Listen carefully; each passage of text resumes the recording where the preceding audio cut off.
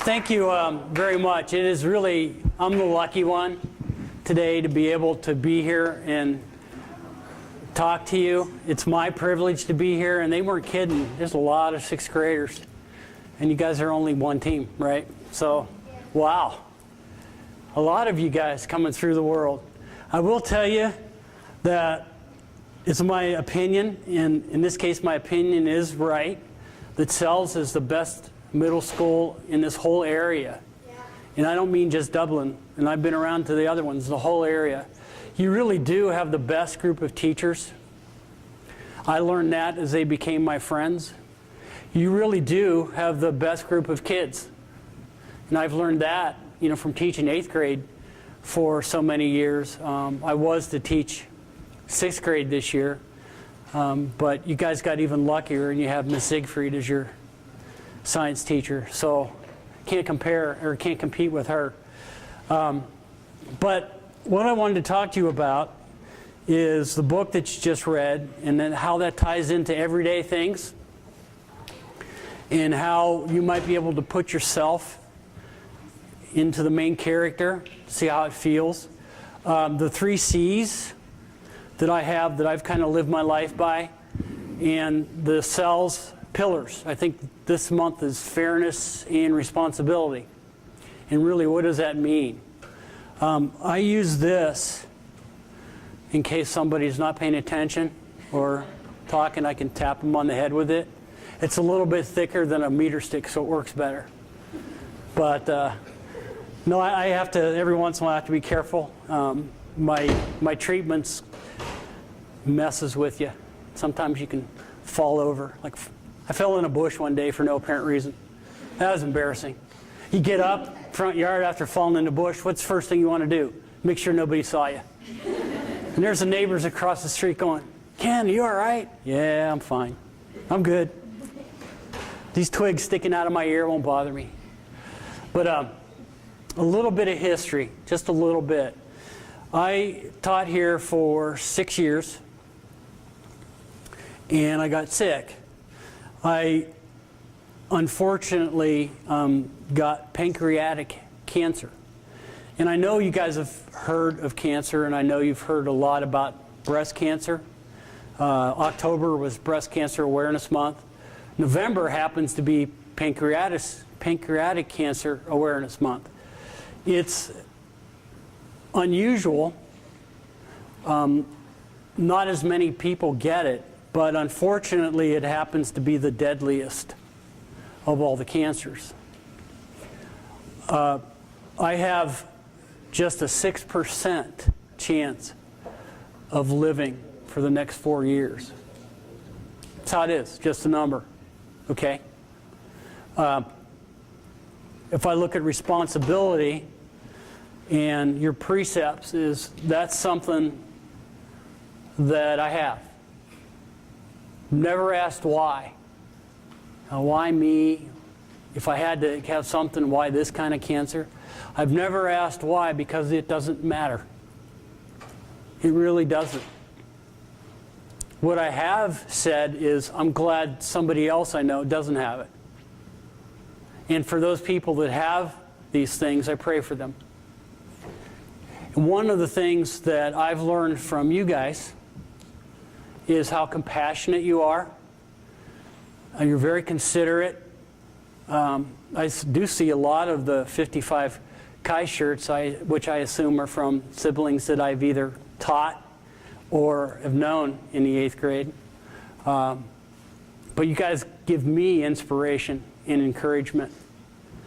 And when somebody has something that's not right, however you want to define that, you can really help them out by just encouraging them and supporting them through kindness, through fairness and responsibilities, and the 3 C's.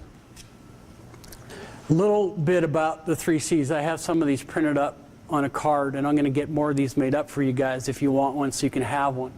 When I was 8 years old, my dad stuck just a little note, piece of paper, and he wrote the 3 C's, how people will remember you, on it. And he had it down as conduct, how you act; character, what you are about; in conversations what you say. And I believe they're still hanging in the Commons, maybe as a big poster on one of the walls. Now, what does all that mean? You know, what does all that mean? And how does it apply to you? How does it apply to the precepts that you talked about in class with the book? And Augie's situation, and then your little assignment with your own precepts. Well, this is how life works. You will meet somebody for the first time, and more than likely you'll say hi. You might shake their hand, something. But that creates a first impression. And a first impression is something that you can only have one time. And that's it. You can never, ever have a first impression again, unless it's with somebody different. That first impression you make kind of sets the groundwork for what that person may think of you. You only have one shot at it, so you want to give it your best shot. The conduct, the character, and conversation all ties into that. The conduct, what you do, how you act. Now, you all have been given a responsibility to act a certain way in the classroom. Okay, and you're expected to act a certain way. You are expected to act a certain way when you're in the halls, when you go to lunch, gym, whatever. Okay, how you act. People see you. They see how you act. And you may not even know it. You may not even know it, that they see you. One of the things that the people will say is the biggest act of kindness is the kindness you provide when nobody's looking. That means you're just not doing it to score points, to make yourself look good. You're doing something because it's how you feel. It's the right thing to do. Okay? It's the right thing to do. That's when your true character comes out. And believe it or not, we see how you act in a lot of places. I get the best enjoyment out of running across my former students that are at Kaufman now, or graduated, when I see them at the mall. Because they'll look at me like, what are you doing at the mall? Well, I get out once in a while too. You know, I go maybe for a pizza, get something to eat.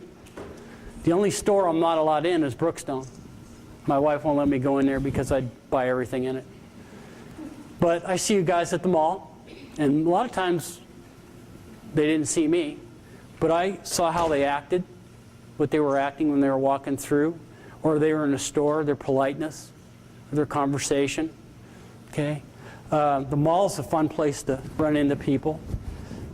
The movie theater is even better, because the first thing when I run into them is they're kind of checking out to see if I know what movie they're going to watch. They're not trying to sneak into an R movie without anybody 17. But they always like, you're at the movies? I said, yeah, I come for the popcorn. Most of the movies I go to is for the popcorn because I go with my wife.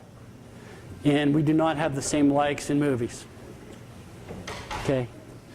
So that's why I go for the popcorn. If I want to go watch something else that I really like, I usually have to talk my son into going with me because my wife's not going to go. I can't talk her into it. But my other favorite place to run across you guys and see how you're acting is at B-Dubs. Walk in there, and again, the same reactions. Mr. Kaiser, what are you doing here? Well, I have to eat too. You know, or go for the sporting event or something that's on there. And I go there because I do have friends, teachers, you know, that go there. Teachers from Kaufman go there a lot. You know, I can run into them. And it's just a fun place to go. They're not the best wings in the city, but, you know, they'll pass. But I personally prefer Roosters myself. But the conduct part is 24 hours a day, 7 days a week, how you act with your parents, with your peers, with your teachers, other people in positions of authority. Maybe you're involved in a church group, how you react in that group. Maybe you're involved in another organization.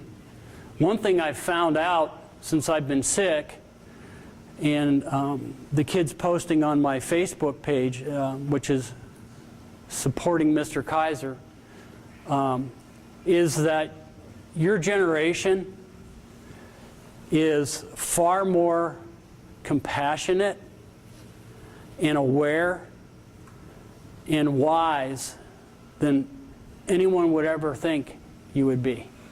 I've been truly amazed at some of the things that have been said and how deep the wisdom and thoughts were from a 12, 13, 14-year-old. I know adults can't think that way, and you guys have really brought that out because you could. And it's changed my whole opinion about my future. You guys are on right at the precipice of making this country very different for a good way. You don't know it yet, but I see it coming. Through your volunteer work, your work with your groups, how you do in school, your grades. You know, you guys are going to be it, and I feel very confident. Now, character is a tough part. Who knows what character? What do you think character means? Somebody? What do you think character means? Yes, ma'am. Maybe like Your personality certainly is part of character. What else? Yes, ma'am. What type of person you are. Yeah, what type of person you are. Now that can mean a lot of things. Okay? One way to look at character is, it's going to sound strange, but in a cemetery. If you go in the cemetery and you look at headstones, you always see born on date and a date where they passed away. So you know at least that much about a person. When they were born, when they died. Okay. Nowadays, they're actually starting to put the QR codes on headstones, so you can take your phone, scan that, and it'll take you to a website to tell you about that person, which I think is pretty cool. But the important thing there is not the first date or the second date. The important thing there is the dash in between those two. What did you do with your life? How did you affect other people? What did you accomplish for yourself? What did you do for others? That defines your character. Okay? That's character. Character is not something you get through adversity. Adversity means something bad has happened that you're going to have to deal with. Adversity doesn't create your character. It reveals it. It reveals what kind of person you are. How are you going to handle that adversity? And you've all had it already. Things didn't go your way. Whether it was with a friend, in school, maybe at home with parents. But regardless, you have to deal with it. Now, the good news is, through character and conduct and conversation, the pillars, and reading things like Wonder, you're given tools to help you deal with those things. Okay, that's the good news. The bad news is, you're going to have these things hanging around for the rest of your life. Diversity or adversity is going to happen. And they may be minor, that you can deal with in an easy way, or they could be really major. So the other part of your character that really makes the difference is what choices you make. And I know you've been told now for a lot of years, make good choices. You all know that, right? I mean, you all know you should make good choices. Is it easy to make good choices all the time? No, it's not. And I'm not going to tell you that just by following the 3 C's that life's going to be great all the time, because that's not how it works. Okay, unfortunate things happen. My situation was unfortunate. Never asked why. Doesn't matter.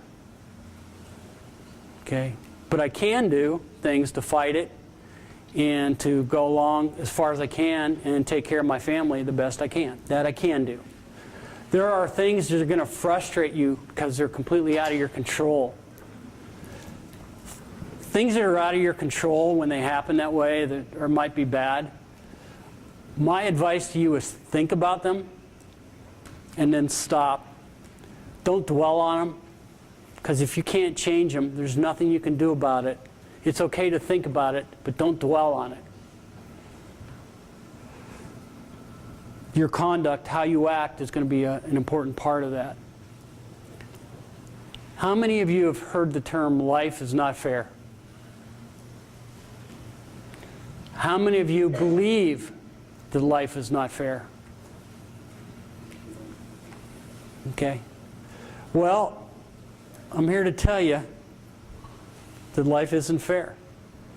It's not meant to be. Unfortunately, it's part of what happens to us every day. Simple example. I'll just pick on a name. John. Any Johns in here? Anybody first name John? Because I'm not picking on you if it is. No Johns. That's amazing.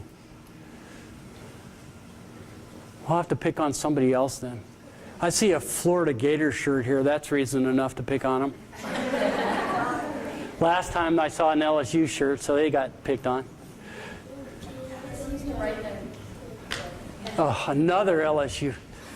What are they teaching you? At least it's not the other one, that one up north.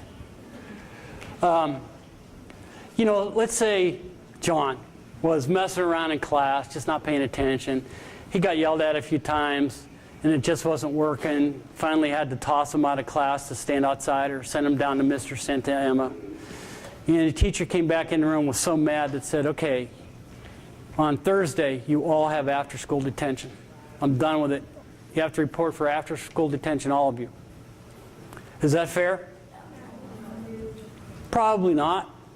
But if that's the case and that happens, your responsibility is to be there. Take that detention. That's one part of the responsibility. Doesn't mean it's going to be fair. But that stuff's going to happen. You may not get the promotion you wanted at your job. You may not get the raise you wanted. You may not get the scholarship that you were hoping for, or you may not get the acceptance letter from the university you want to go to. All that's going to happen. There's not a lot of that you can directly control. Maybe keep trying. Resubmit your application or something like that. Okay, but there's not a lot you can do about it. But that happens. For the rest of your life, you're going to have these challenges. And again, how you deal with them is going to make an impact. Defines your character, and you do that with how you act and what you say.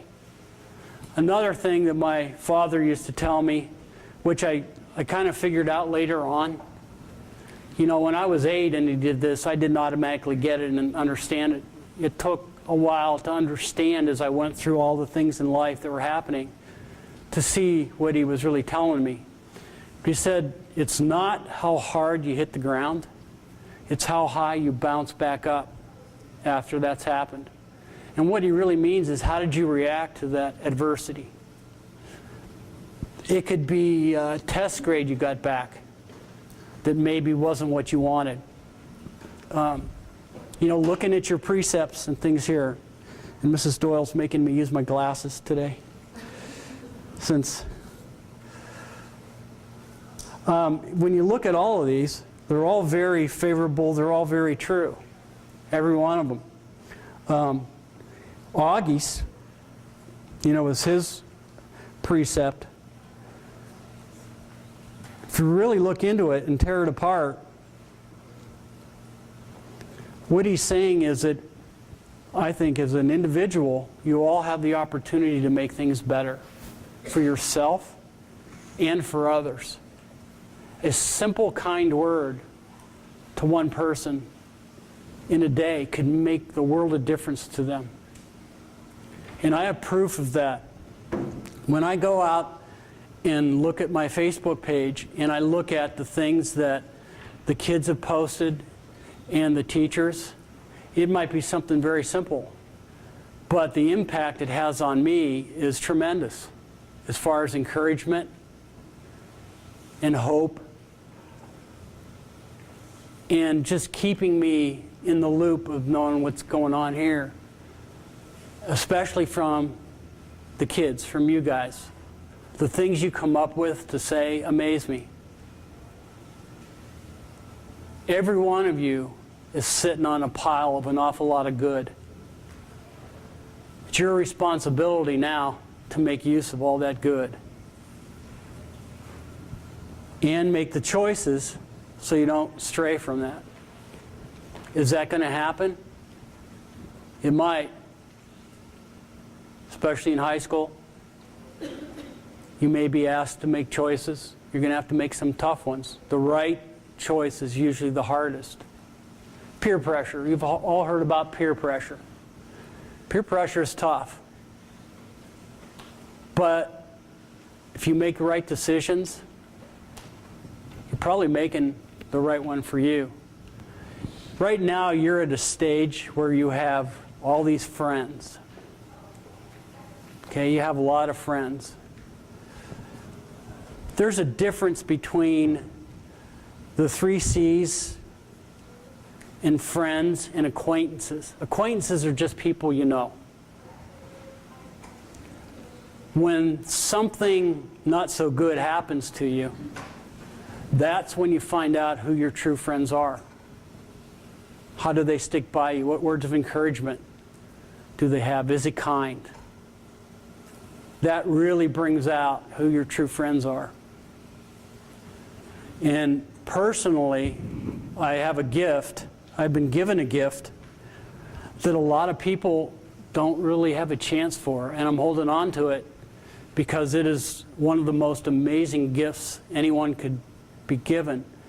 And that is to be able to have conversations with you guys, my former students, and my teachers, my colleagues, that I can hear these things while I'm still alive. A lot of times this stuff comes out after a person has passed. But I am very, very fortunate to be able to come in here today and see you guys and think about getting back to teaching again so I could maybe talk Mr. Baird and let me teach 8th grade again and get you when you're in 8th grade or whatever. But you're an inspiration to me. And part of that is because of the 3 C's and what I've heard. This is my first impression for all of you, meeting you for the first time. But I have to admit I cheated a little bit because I got a lot of good feedback or comments from your teachers about what a great group of kids you are. Okay? And they're right. I can tell just by standing here and even looking at you. First day of class is the best day of class because I can pretty much figure everybody out.